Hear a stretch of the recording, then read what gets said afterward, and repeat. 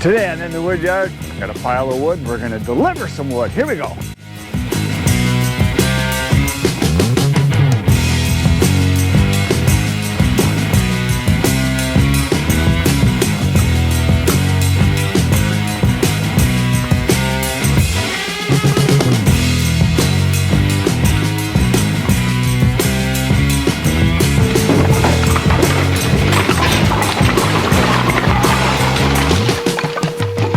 I like it a lot.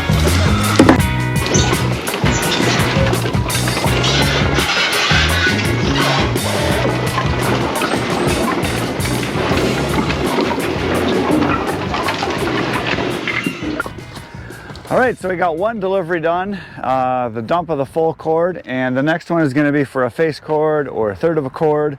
It's going into the truck. We're going to load it up from this pile right here, and then we're going to go deliver this one. And then when we get back, I think we'll probably do some splitting of some wood, so that's what's going to happen today. So yeah, this is mixed hardwood here. It's maple and ash. And for those of you that are new to the channel, when I deliver just a face cord or a third of a cord, I just put it into my truck. It's a lot easier than taking the dump trailer and backing it up and filling it and dragging it around.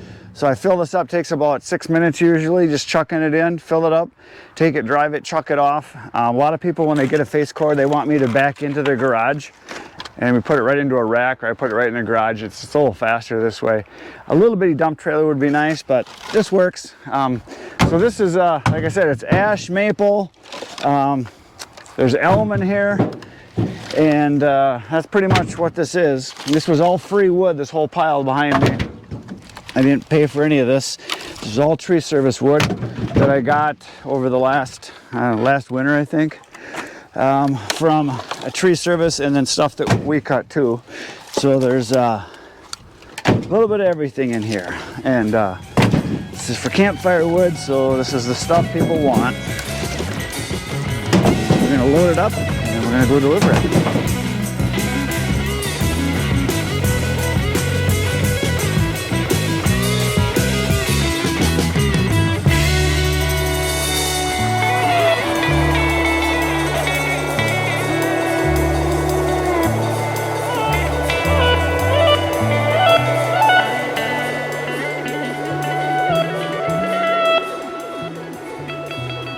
Look at that, wood is in.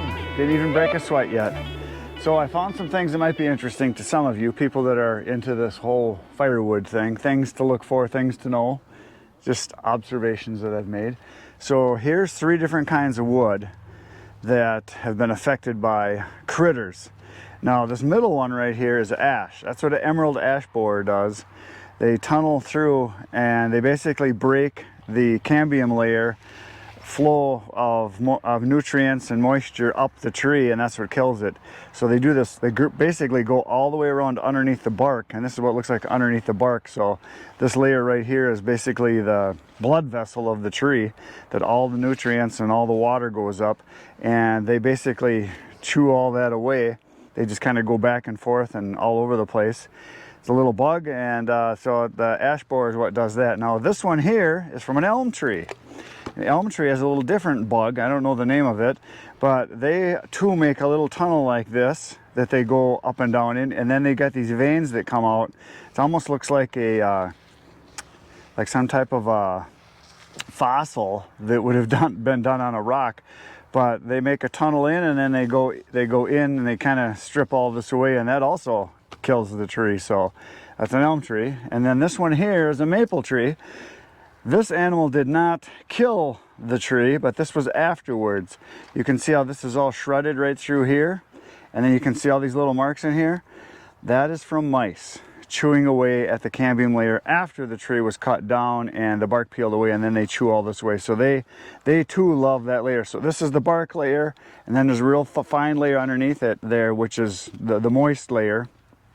It separates the wood from the actual bark, and that's where all the nutrients, all the water, everything goes up for the most part.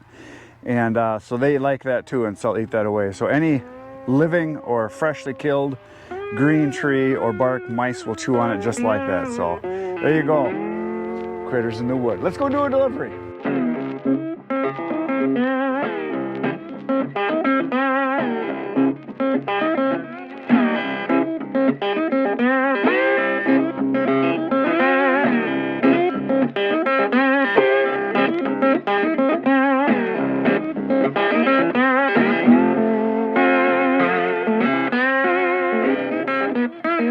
So a bunch of you were telling me I need to put a milk crate on the back here, which I'll eventually do. I just don't have one right here for the bike rack for the fuel transport, which is what this is going to be. And today we're going to be doing some splitting, so I'm going to see how I can hook this on here to make sure it stays so I don't lose it. I'm worried as the whole thing will tip over on me. Go up here. So basically I'm just going to put a couple bungees on here and see what happens. We got a kitten over here trying to help. I think it's going to get in the way. I only got to go like 100 yards, but I just thought I'd give it a try. As soon as I got it, I might as well. Let's hook this right here. Here we go. Look at that. Fuel. Let's give it a try. So it's kind of nice. This has got a heavy-duty kickstand. The bike doesn't tip over when you got the weight up high like that. So let's see what happens here. I'll turn her on. We're in first gear here, so here we go.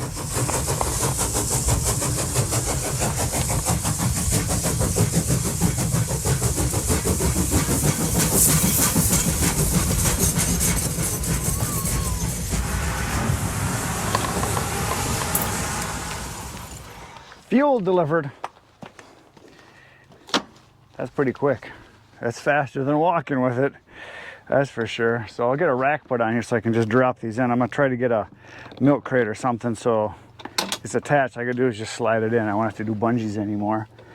And then I also, like I said before, I wanna maybe put a ball on this so we can put the Easton made Ultra. We can just hook it right onto it and we can just pull it around. So I know it'll pull it. It's got plenty of power. And there's a possibility that what we'll do is we'll use that little hand dolly that I've got and we'll attach it here so it pivots, and the dolly will actually be the connecting point, which should work really good too. And that way I don't have to change this too much, and it won't be weight on this. It'll just be weight on the dolly as like a trailer helper. And then that, and this could pivot here and it could pivot there, but it should work. So we're gonna give it a try. Okay, so we got fuel, we got the splitter in place, and the load of logs is our load of rounds that are splitter right here. So I'm gonna start chucking. When we get the bike out of here, I don't need that for this.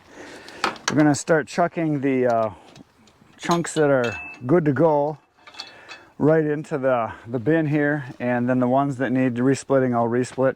But I anticipate a lot less in this because it is maple and it'll dry really fast. So I'm not going to split it down as small as I have been with the oak.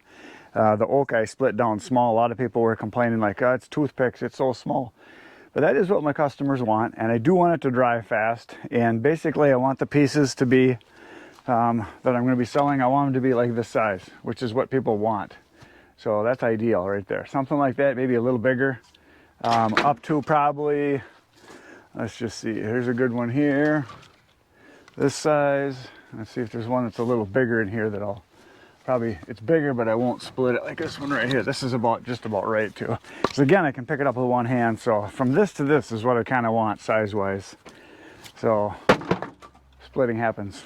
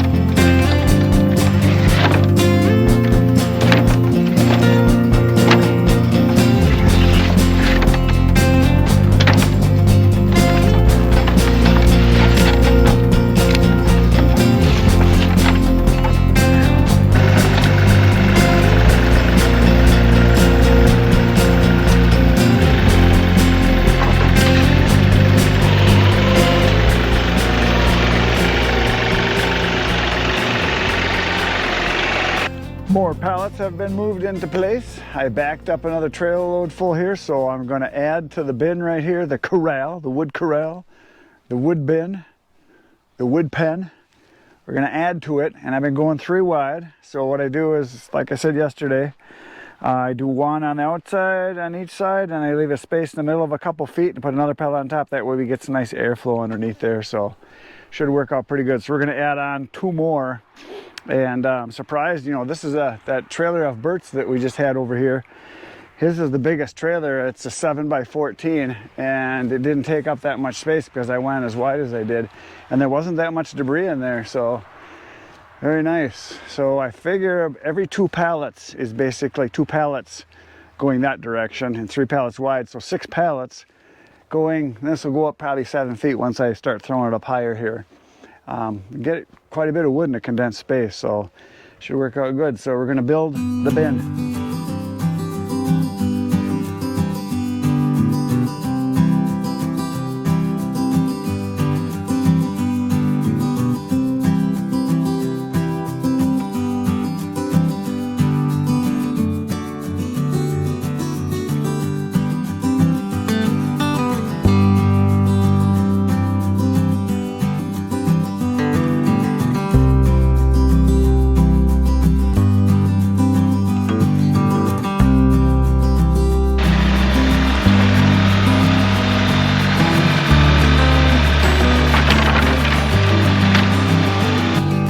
Time for some more bin construction.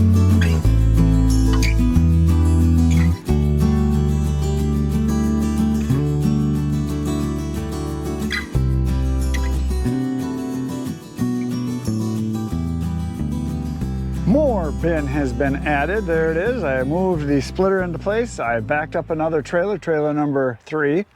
So there it is, and I'm going to give it my all here. I'm going to try to get as much done as I can. I don't think I'm going to get it done. So I just looked at the radar, and within an hour we're supposed to get some thunderstorms coming, I guess. So I'll get done what I can, and when I run out of time, I run out of time. So I'm going to do what I can. I'm going to throw some more wood.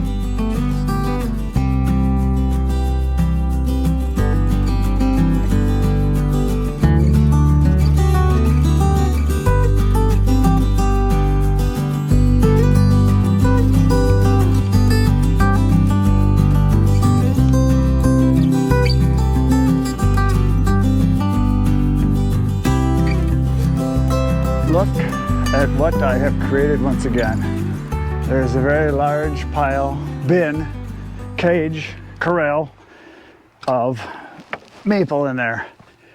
So I got all 3 trailers unloaded and split, which was a pretty big job. I had enough lifting for one day, so I emptied my first trailer at my delivery this morning. Then I emptied 3 more trailers, and I did a delivery in the truck. So I handled some wood today, and that's enough for one day. It's 7:30. We're supposed to get storms, but nothing came yet. I just listened on the radio, and they said a little later, so I got it all done. So that's good. The trailers are empty now. Tomorrow, I think I'm going to run the processor because the trailers are empty. I got 4 of them to fill.